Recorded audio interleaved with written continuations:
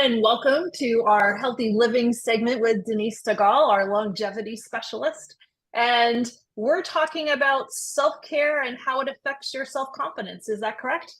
Yes, it is. We talk about self-care so much, and it's kind of almost like a word that's or a phrase that's overused. But when we really think about what is self-care, so when you hear the phrase self-care, what immediately comes to your mind? Well, journaling and meditation. Okay. When I looked up a definition, if you will, of self-care, I came up with something. I kind of did a mishmash of a couple of things that I read. Self-care is a proactive and intentional approach to self-preservation that enables us to thrive and flourish in all areas of our life. So yes, journaling is a big part of that. You need to get the kind of the crap that's in your head, you need to get that out. Very often when we're journaling, we're writing about, our thoughts, our feelings, our desires. That's a huge part of self-care, but it goes deeper than that. When you think about self-care, people who spend time and really carve out the time to do self-care are actually cultivating what a positive self-image. So they're uplifting themselves. They're making themselves important because they are important, and that uplifts the way they look at themselves, the way they feel about themselves. It increases their self-esteem and truly, I think, our self-worth. And when you feel, I have good self-worth, you know what? You're worthy of the opportunities that come your way. Think of a time when, maybe you weren't doing a lot of self-care. You were busy, doing, and kind of neglecting yourself. What were those conversations that you were having inside your head? What were those conversations? Well, I think it's a lot of negative conversations, right? So we're so it's the saying is if you talk to your friends like you talk to yourself, you wouldn't have any friends. Exactly.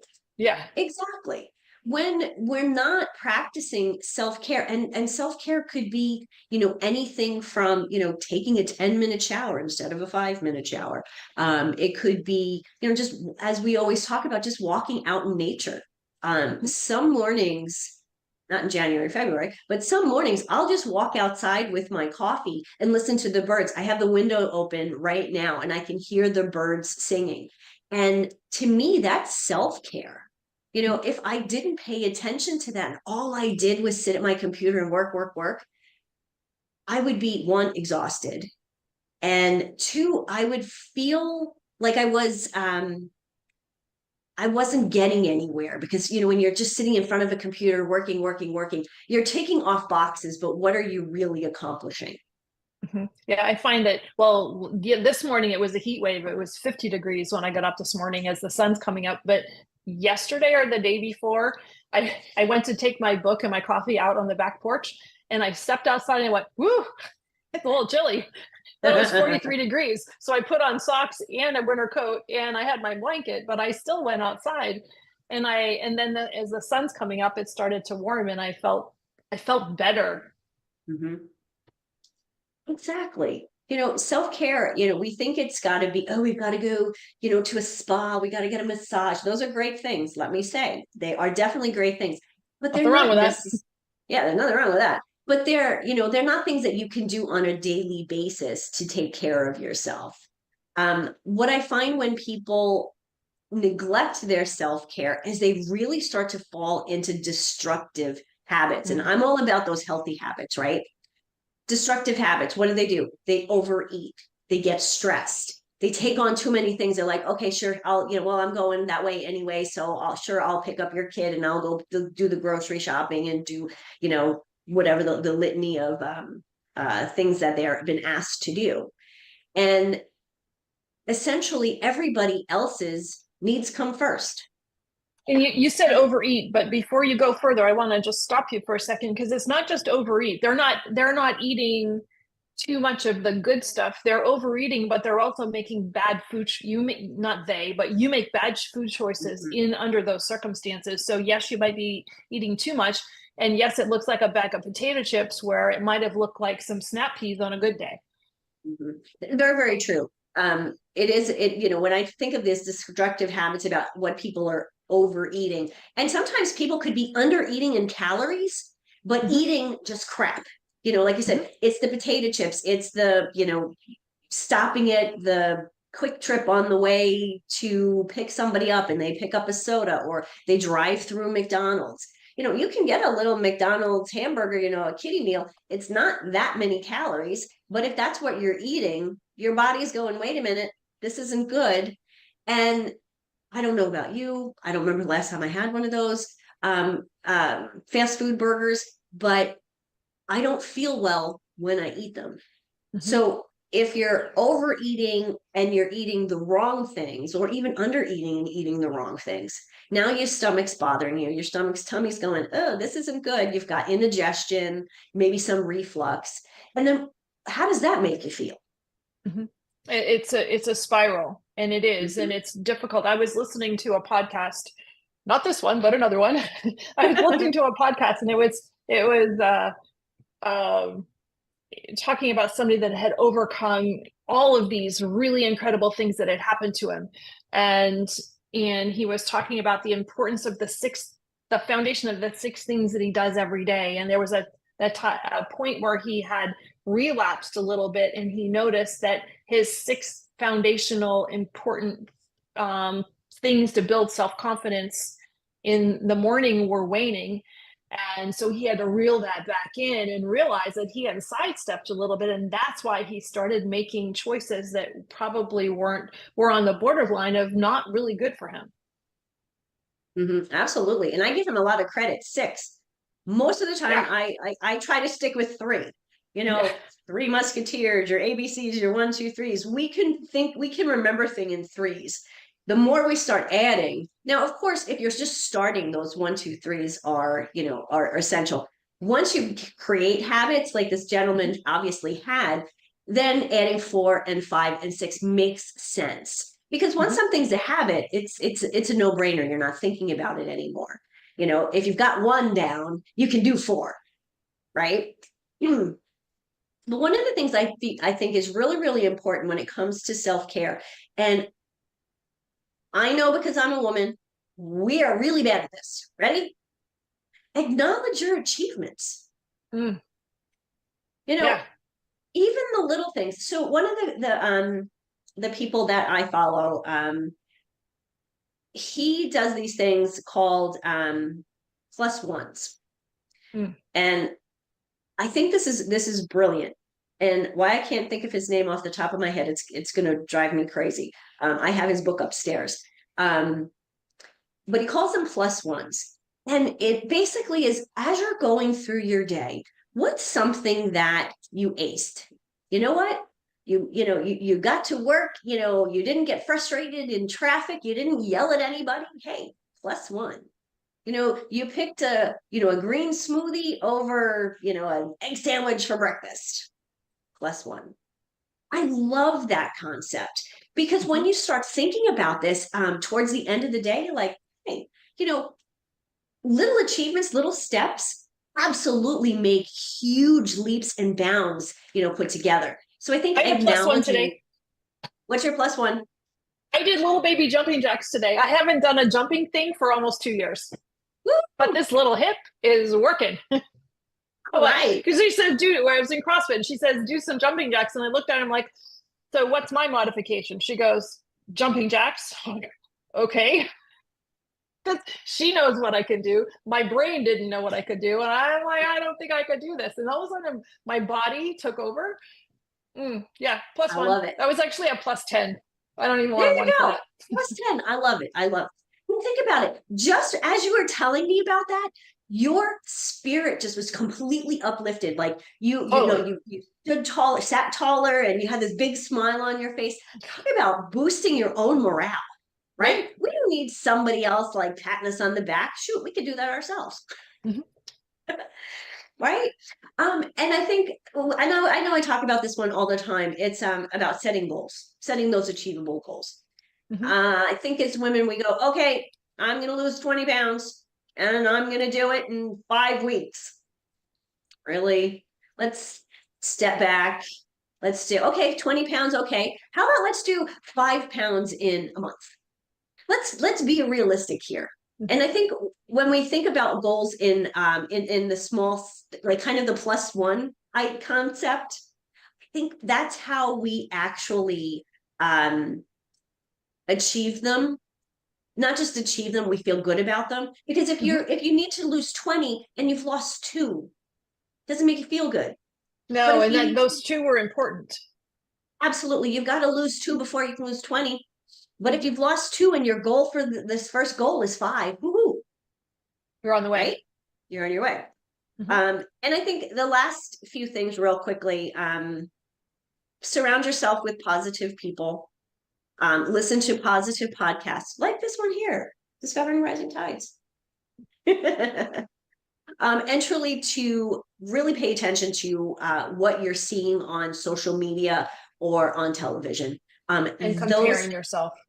yes, they can And don't absolutely do that. tear your self-esteem apart. And when it comes to self-care, it can completely derail it because you're sitting in front of, watching, a screen, or you're sitting in front of the television. So Mhm. those are things to really be careful with, because they do change, they do affect your thoughts, and they can affect your beliefs in yourself. You're looking at these women who are, 22 years old walking down the runway, and they're 6 foot tall, and they're, thin and all this. I'm 5'3" and I'm 53 years old. No, I'm not. I'm 5'1" and I'm 53 years old. I'm never going to look like that. But if that's what I keep looking at, I keep seeing, I'm going to start to feel bad about myself. And that's not good self-care. Mhm. And then my final thought, and I know you and I have talked about this before, is to really to cultivate a habit of gratitude. It's those little things that we have in life that really matter. It's Mhm. not the big car, it's not the boat, it's the lovely conversation, it's the text message from, for me, from my nephew today. It's those little things that really matter in life. Mm. So gratitude is such a big part of self-care, because if we can be grateful for ourselves, we can be grateful for everything else that we have and everyone else in our lives. Wonderful. Thank you, Denise. Certainly, you're very welcome. Thank you for having this Great conversation with conversation. me. Yes, I love it. And you catch more of Denise and her wonderful conversations. Always check out a new podcast as it comes out. Thanks so much for listening. Hello, everyone. This is Jean Gallagher, Discover Rising Tides, and I want to just take a moment to talk about my friend, Denise Stegall. I am honored to call her as a friend, and I'm so grateful that she gives us her insight during our shows, each show, and talks about healthy living, eating real food. You hear Denise say, eat real food a lot. Well, she means it, and she knows what she's talking about. She is an amazing healthy living coach, curator at Living Healthy List. And if you ever have any questions about what is real food, why does it matter, how does that apply to me, how do I change, what do I need to do, how do I even create a healthy living shopping list, make sure that you call her. She is your healthy living coach, and you can find her at healthylivinglist.com. Welcome everyone. My name is Jean Gallagher, and welcome to Discover Rising Tides, how the outside makes the inside better. And I'm excited to be here with Maxine Kozler. Hi, Maxine. How are you? Hi, Jean. Great to be here. Oh, I'm so excited for this conversation. We have a lot to talk about. And so Maxine, one of her many hats, she's the executive director of the Mission Community Services in the county of Sloan, California, through the Women's Business Center. But Maxine, give us the shortish version of the many hats that you currently wear, and then we'll get started. Oh, absolutely. So for the past 12 years, I've been running a venture capital firm called LDR Ventures. And through that, we invest in startup companies. But we specifically started focusing on female founders and founders of color, and really helping them get a seat at the table and mentoring them around pitching and getting access to capital.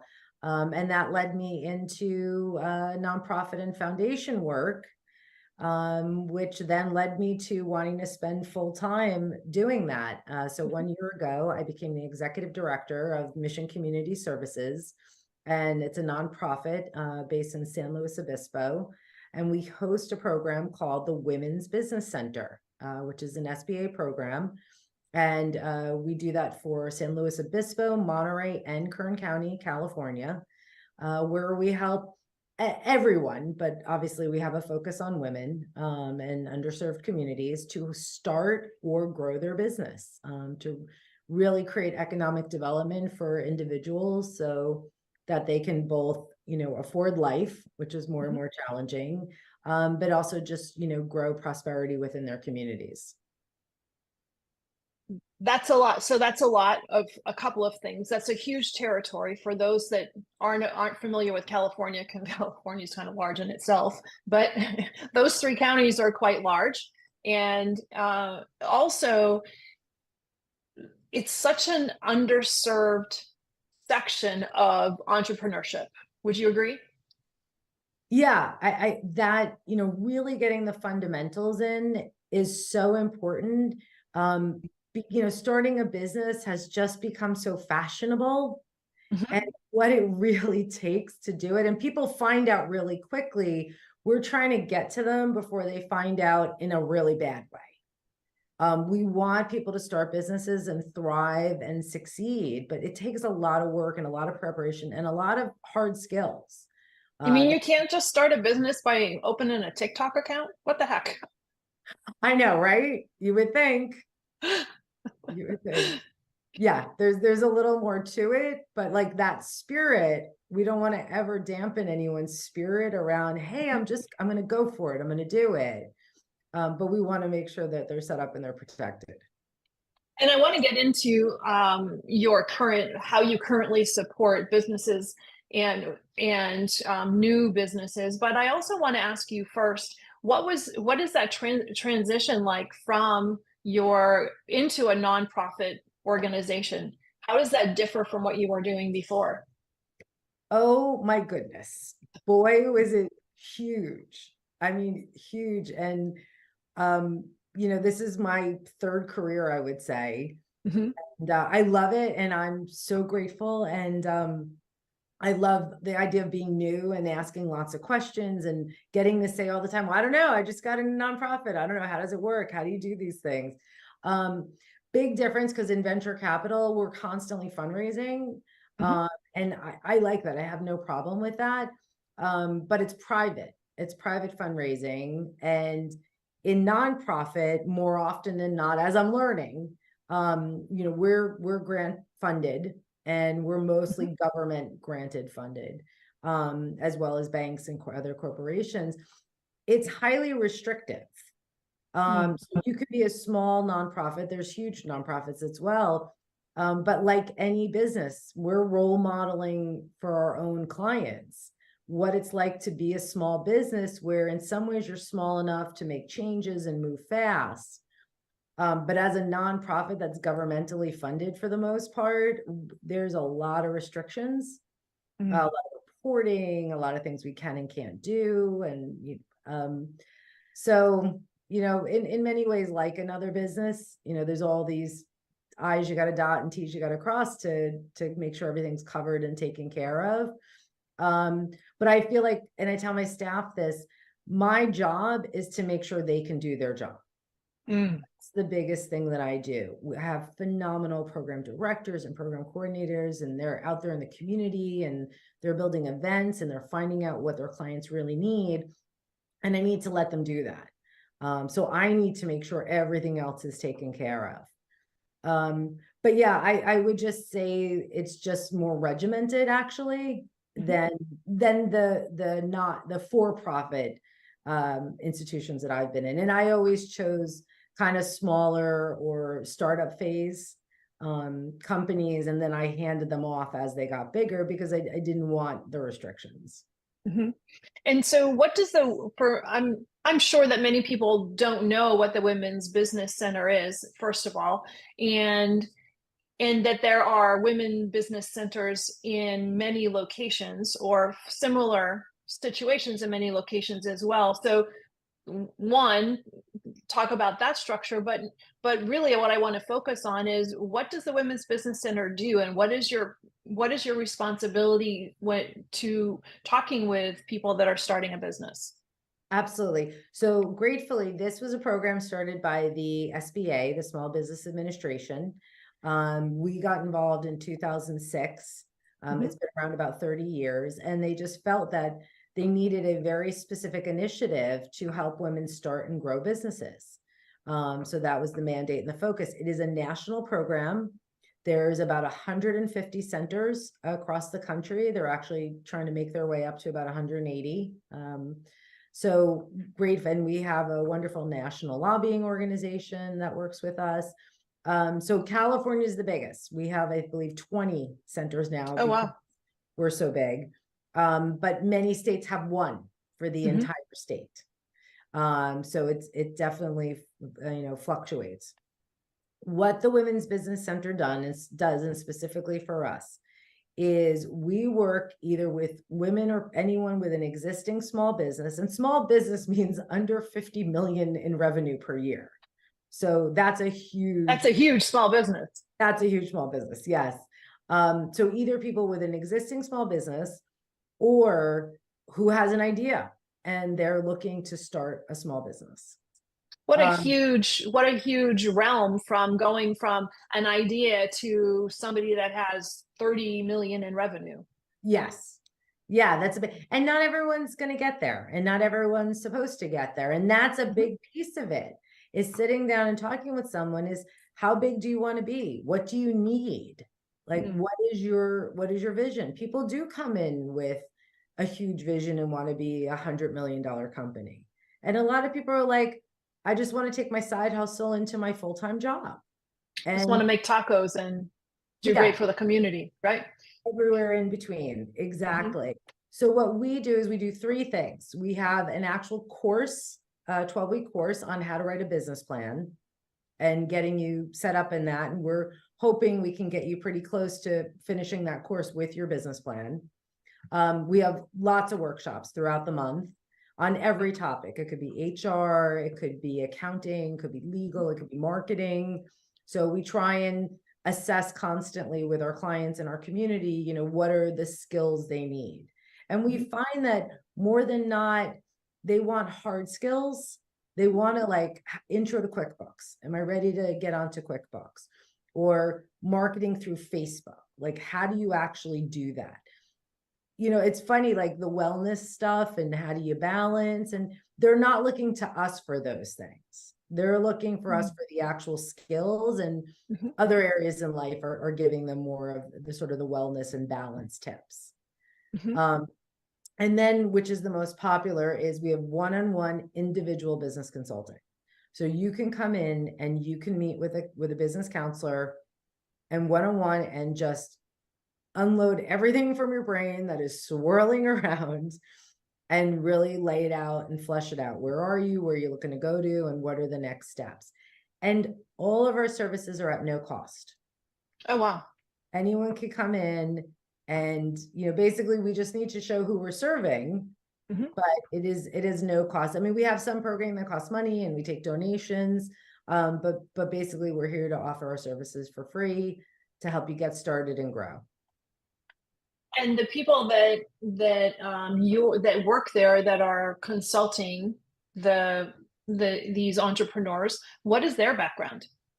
So that varies because we need people who cover every area.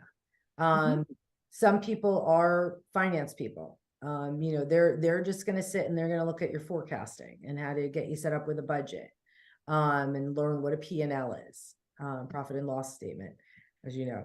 A lot of marketing people who, whether they specialize in how do you build your website and get that ready. Someone who's just great at Canva and they can really help you create all your marketing assets that you need. We just had an HR speaker come in to talk about, what, do you have employees? Are they part-time? Are they full-time? Mhm. Or is everybody a 1099 independent contractor? Do you have that set up right? What are the rules around it? So we have different people coming in based on the need. And then we have some generalists who are just good kind of from A to Z. These are all the things you need to be thinking about. And what are some of the types of businesses that you've seen come through lately? Is that, I'm sure they're all across the spectrum. Definitely. And that's the other thing, being in one community, it is amazing the huge span of people and businesses that we'll meet. And then for 3 counties, it is, I think we've seen kind of almost every area of business and every type of business owner. And that's what we're looking to do, is to reach out to make sure anyone and everyone can come and work with us.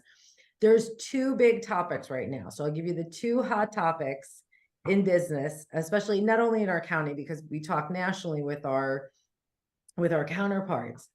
Number 1, childcare. Anything to do with childcare, a daycare center, an after-school program, a preschool. That is the number 1. We are looking to help anyone who has an existing childcare, and it could be commercial, it could be the in-home ones. We want to make sure that they are thriving and that they are succeeding and that they stay around. And then we were looking for anyone who has ever thought about opening one. And we want to hold their hand, and we partner with an organization called CAPSLO, Community Action Partnership. And they are throughout 11 counties in California. Oh, wow. They help people with all the initial registration and licensing to become a childcare center of some sort. So, I like what you said, and I don't know, maybe it's just me and my brain, but the small business administration for me and that type of an environment, I would think it would be for startups just getting started. But I think the important message here too is, if you're already in business and you'd like a leg up and not reestablish, but create a really great foundation for what you already have and ramp that up, your services are a great option. Because what I hear from you is, yes, there are many daycares out there, but maybe those daycares could use, and using that as an example, as you said, use that additional support. absolutely. One of the things that I've heard, anecdotally through our partnership with CAPSLO and through our own consultants, is a lot of people will start the in-home daycare because they have their own children there. And so this is a way for them to stay home with their children, guide them, and then they take in a couple other kids to the capacity they're allowed. And within 2 or 3 years, their kids age out and start going to elementary. And then they're like, wait a minute, I'm not going to just shut this down, but now I'm really looking at a business. So now this is not just, well, I know all these other parents because I have kids the same age, we meet at the park and I say, no, now I'm going to have to learn how to market my business. Now I'm bringing in clients that are paying, because when you have your own kids in your own center, you're not paying for your own kids usually. So now it's like, wait a minute, I have a real business here.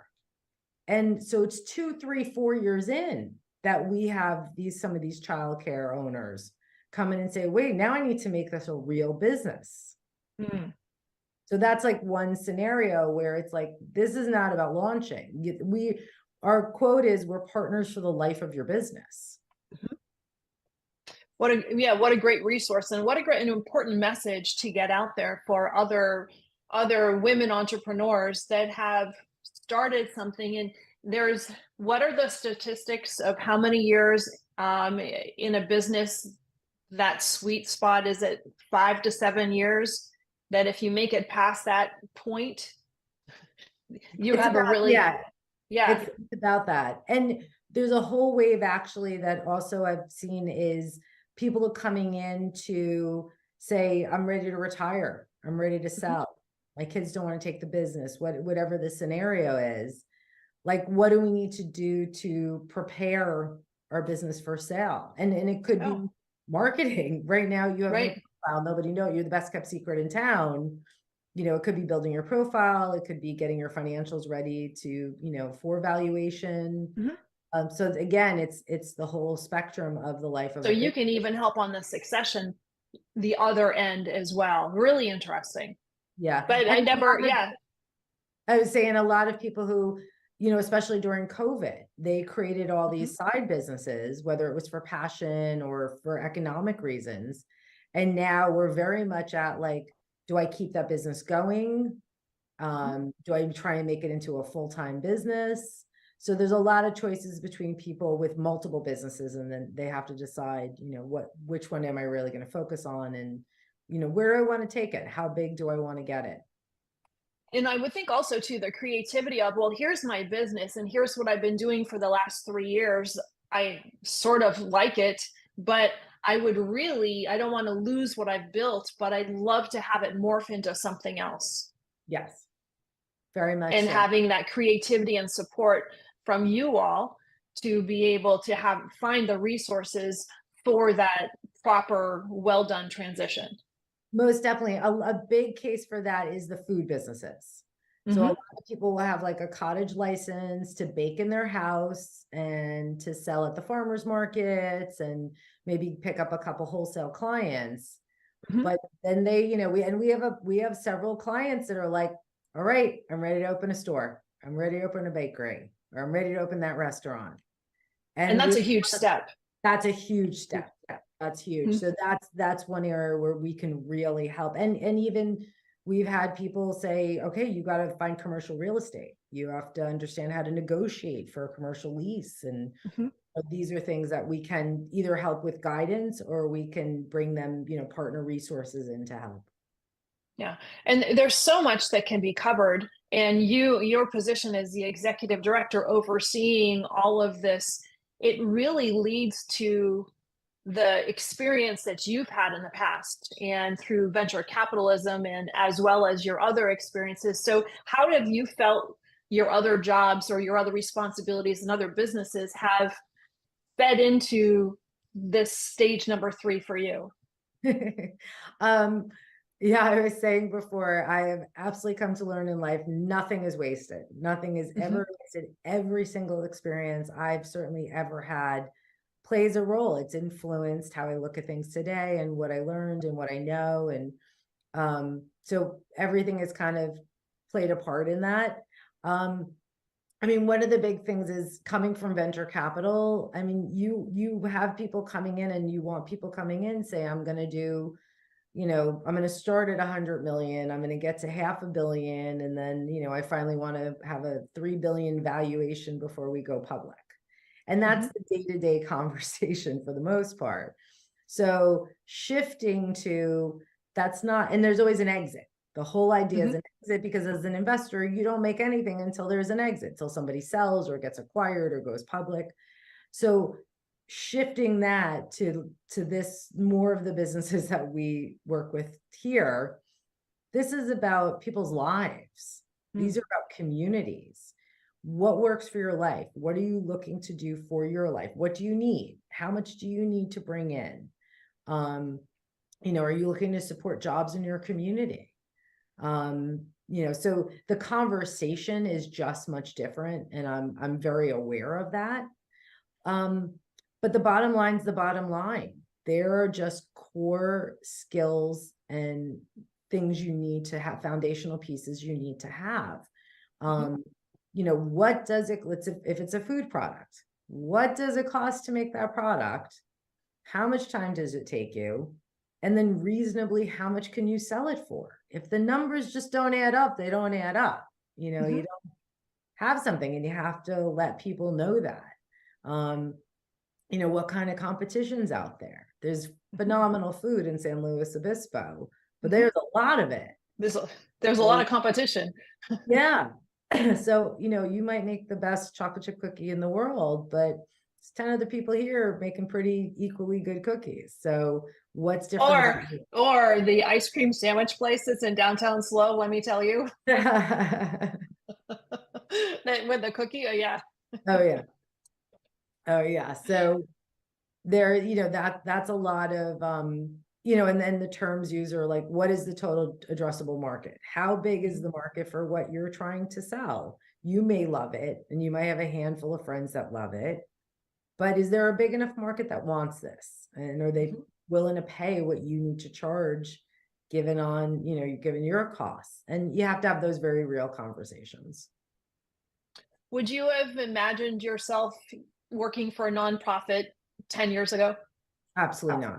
No way.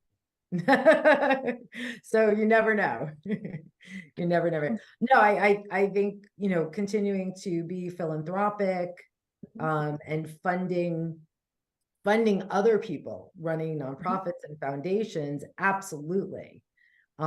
Actually day-to-day running one myself, that's a surprise to me.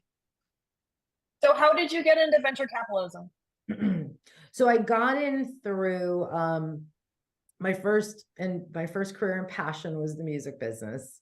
And so I'm from New York, so I was in New York City, and I used to go to LA a lot. And you know what, I was very much in the intellectual property section. So it's like we own the catalogs and we ran them, and branding for artists. Everything Jay-Z, Beyonce, Coldplay, Foo Fighters, you name it. And but they're a brand, and you have a couple jobs. You have someone new, you got to figure out how to launch the brand. You have someone who exists, you got to keep that brand going. And then you need to make sure new generations, especially for music, because the music will live on no matter how old the artist gets and what happens. You need to keep reintroducing that brand to new generations. So that's, you know, and that's in hindsight. In hindsight, looking back, I'm like, that's what I was doing. It was all about a brand, breaking a brand, keeping it valuable. So that led me into more consumer branding. And then what I just saw I would be at a expo or show with a lot of, you know, brands who took a booth to try and launch whatever their product was, usually consumer products. And I was like noticing I just had a way where I would look at companies and I would be like, wow, that's not around. And there's a huge need for that. And especially once I got pregnant, then I was and I was in the parenting world at that point. And that's where I really saw there were just some ideas and some things where I'm like, this could really hit. There's a huge need for that. And I could see expansion products outside of this core, you know, their core hero product. And so I started helping these companies and consulting, mentoring, working for some, but very quickly I started asking, can I write a check? Can I be one of your investors? And it just sort of, we formed what's called a family office. And we started investing. And then what happened is I just started meeting more and more people, and I started asking them if they wanted to come into deals, very specifically women. Because what I was hearing is nobody asks women to write checks, to invest in something, to have equity. Like you could have, no offense, but there'll be like 10 dentists, male dentists, and they all own like 20 buildings together because all their buddies are saying, hey, you know what, I want to kick in 10 grand, you know, we're all going to buy this building, or doctors or lawyer, whoever it was. And even in finance, nobody asked the women to write check and to go into all these investments. So in terms of long-term financial planning, what do you have equity in? What are all your asset bases? So I started working with other female investors to get more women to write checks. And also we kind of figured they would, you know, be more sensitive to looking at women founders. And to just also, you know, we're truly head of household. We make 80% of the purchasing decisions. Like it's silly not to have women investing in companies. So I started putting together groups of women and we would go into investments together. Interesting. And do you find that with that more of a female focus, that the types of businesses are different? For the most part, yes. Yeah. Well, and also just because we were very consumer product focused, health, wellness, parenting, a lot of food. We've did a lot of food and beverage deals, things like that. But even food and beverage distributors. things like that. So kind of span the gamut. A couple tech deals, tech platforms, legal tech, health tech, things of that nature. But you get the slightly different. Yeah. It's interesting, isn't it interesting that when you take a moment and you look back and where different careers might not be 100% related, but there's this common thread that seems to pull it from one and then attach to another and then get larger. It's like building a sweater and then get larger, and then another thread pulls into another business, and here you are just affecting so many businesses in the position that you're at, and how much better you are to be fueled to do this responsibility after doing everything that you've done before, because it's all interconnected. 100%. And I say this, you know, to a lot of people that I mentor. I have a lot of people I mentor, or just in, I believe highly in internships. So I always have a ton of interns, and just even saying it to our older son, and I say this, a lot of founders, a lot of small business owners, how do you know how to manage people if you haven't done the job? How are you going to even know what to ask them, what they're accountable for? So all those pieces along the way, I don't care if you were the receptionist or an executive assistant, or you were the barista at a coffee shop, you have knowledge on the front line that is so valuable to everybody the whole way up the chain. And I hope everybody up the chain is listening to every single person in the organization. One thing that you said before I shift gears a little bit, and I really want to bring this up because I thought it was so important. And just to paraphrase you, and then you can put your own words into this, but you had said that you show up always being new. Tell me about that. Yeah, I mean, it's great when you're literally in a new situation where you get to just say, like, I don't know what that is. Explain that to me. This, you know, and for decades or hundreds of years, it was true, you know, women had to be 150% better than men at what they did to even get a shot. So I think that's so ingrained in us that we have to know everything. We have to come across that we can handle anything, you know, that we're overly competent. And the most competent people are the ones who are secure enough to say, like, you tell me, why do we do it that way? I just met with our accounting firm last week, and something was done in a way, and I'm like, I don't get it. I'm like, I don't understand. I said, what am I missing? I kept saying to them, because it doesn't make sense to me why it had been done this way for a long time, which is one of the things to challenge. Why are things done this way? A lot of times there's a really good reason for it, but it's important to know it. I think that's such an important skill. There, like you said, there's a piece of self-confidence that comes in, but there's also a piece of an ego that you have to leave at the door, and understand that because you're saying, I don't know, or I don't understand, tell me more about it, doesn't mean that you're less of a person or have less skills. It probably means you have more, because you're willing to set everything aside and say, I don't understand, rather than just faking your way through. Yeah. And it's going to come back to get you too. I mean, especially in the job I'm in, if I don't understand what like a term is or why we're doing a thing, it's going to come back very quickly that like some reports do around that. And I didn't ask because, you know, so yeah, it's in your best interest, but it is, you have to shift to the smarter people in the rooms. They're smart because they ask questions and they're willing to show that they don't know everything. And in some situations, that smarter person in the room is the barista who's on the front line with the clients. It doesn't mean that it's the person in the back office that maybe is making a ton more money. They might not be, for that particular situation, the smartest person in the room. 100%. Yep. Yeah. So everything that you've done carries a huge amount of responsibility for others. So how do you take care of yourself? So yes, and that includes being a wife, being a mom. Yeah. And especially in this position I'm in now, I feel like I've felt it in a way I've never felt before, because to me, the responsibility of the trust that's been placed in me to help Mhm. others directly in this manner is really, I've really felt that this past year, which I felt like aged me. I was like, oh my God, I never felt like a job aged me. So my passion and my family's passion is sports. We're a huge sports family. I have a lifelong love of tennis specifically, but when we moved during COVID, one of the only things you could do is play tennis because you had good, safe distancing for people. And I'd always played for fun and I'd watched forever.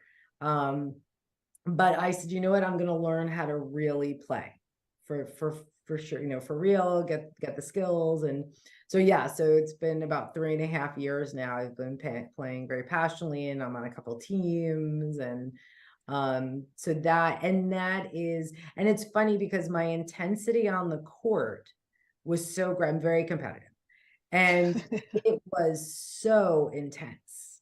And I'd get partners who were so intense, and we were winning. Like, we were out there to win. Like, if someone said, okay, everyone, have fun in your match, we would look like, what are you? And they're looking at you about? going, how did we get against you guys? Yeah, no, we're here to This win. isn't going to be fun. But it was funny because then once I took this position, and just the time and the grind of the paperwork got so intense so fast, Mhm. the reverse happened. I got on the tennis court and I'm like, I can't have intensity here. I need to just have Interesting. fun. And I was shocked. And it took like a year, and I play a fraction of what I used to play because I'm at work all the time. But I noticed like I had to switch. And now it's like I do play for fun. Mhm. And I do have to enjoy myself on the court. And it cannot be about winning. I can't have two parts of my world that are that intense. Oh, interesting. That was a huge shift. Now, the other sport for our family is basketball. Mhm. And I can watch a little peewee basketball tournament. I have an 11-year-old and we're constantly at his tournaments. I've watched high school. We go to college games all the time. And then we're big NBA fans as well. I'm an insane fan. And one of my declarations this year is I will stop yelling at the refs, especially at the college games. We have courtside seats, Cal Poly University, and like the refs are right there. They're keeping their drinks like in front of me on my table. And I'm like, I gotta stop. So the passion's there. But there's just also so much respect for athletes and Mhm. the work they put in and the dedication they put in, and to perform at any level, whether you're 11 or 20 or, you know, a 30-year-old best in the world. I just have so much respect. It's such an easy metaphor for just putting in the work, being a team player, Mhm. literally being coachable.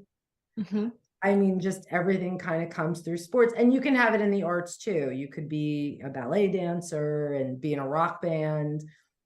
You know, it continues through kind of all of that, but sports is just such a great life lesson, I feel, for everyone, to really, you know, have this other universe where you can just blatantly see these skills being built. And if you're building a business, you have to be coachable, and you have to have all of those, that intensity and the willing to work hard at what passion you have. You have to have all of those attributes in order to be successful in your business. Because if you're just like, you know, lackadaisical, I'm sure this business will work, and there's no fire, it might, but don't take a look. You're certainly not going to get any money. Yeah. Nobody's giving money to anyone who's not coachable, or they will, and it's going to be a big problem. But and we used to say this when we were teaching people how to pitch, someone might actually probably every single pitch meeting, you're going to get a question you don't have an answer for. And you can say, yes, we thought about that and we're really working on a response. We're trying to figure that one out. Or you could just say, wow, what an insightful question. You know what? Can we get back to you? Because we need to figure out what our answer is going to be to that. But thank you for bringing that up. That's all you have to say. But those are the people that I'm more interested in. Mhm. And so people that are outside of SLO and Monterey and Kern County in California, how do they find their local women's business center? What are the steps, and what So first, that's question number one, is how do they find it? But really before question number one, so which question number, whatever becomes before one, would be, why would they want to? What are some triggers that they should look for, or listen to themselves and say, geez, this is, maybe I should reach out? So I just would say, for anyone who has a business or wants to start a business, come in for just a first conversation. Just come and have a chat. Let us know, where are you at? Because out of that conversation is probably going to become really clear where we might be able to help you. So if you have an idea for a business, you've always wanted to start a business, or you just, a new concept came to you and you're like, I think this could be a business. So we call that ideation. So we have ideation workshops. We have certain consultants that are great or talking to the people who just have an idea, and sit with you and start mapping it out and see, is this something you want to take the next steps? And that's something where we could help you build your business plan around it. And so how do they find their local office? What's the easiest way to do that?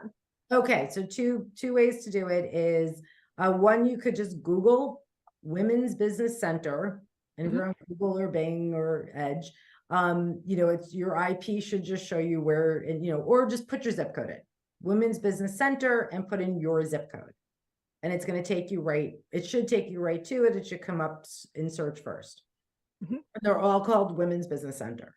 You can also go to the Association of Women's Business Center website, which is awbc.org. And if you go to that website, all you do is type in your zip code, and it will pull up the Women's Business Center for your zip code. Great. Maxine, it's been a pleasure talking with you today. And thank you so much for your information and your insight. And I encourage anybody out there that has a business currently, or is thinking about a business currently, is to reach out to the resources, and especially these resources that cost zero. Yes. Yeah. So other than your time to invest in learning about your business, this is such a great opportunity for everybody. But Maxine, thank you so much for your conversation today. Thank you. It was such a pleasure to speak with you. Thank you so much for listening today. Today's show is sponsored by Seaside Solutions, my financial services company. As a business owner, it's easy to be pulled in many different directions, and often taking care of yourself plummets to the bottom of the list. For me, I find myself outside to reground. My time outdoors helps me manage my day more effectively and be more present for my clients. Through this, Discover Rising Tides was born. At Seaside Solutions, we truly believe that education is the foundation of financial wellness. Our primary focus is to provide guidance that is designed to help you achieve your long-term financial goals and visions. Working with a plan allows space for doing more things that you love, like being outside, to make the inside better. If I can help you create or realign your plan, or if you would like to be added to my weekly newsletter, please let me know. This week's topic was 5 ways to set more achievable goals.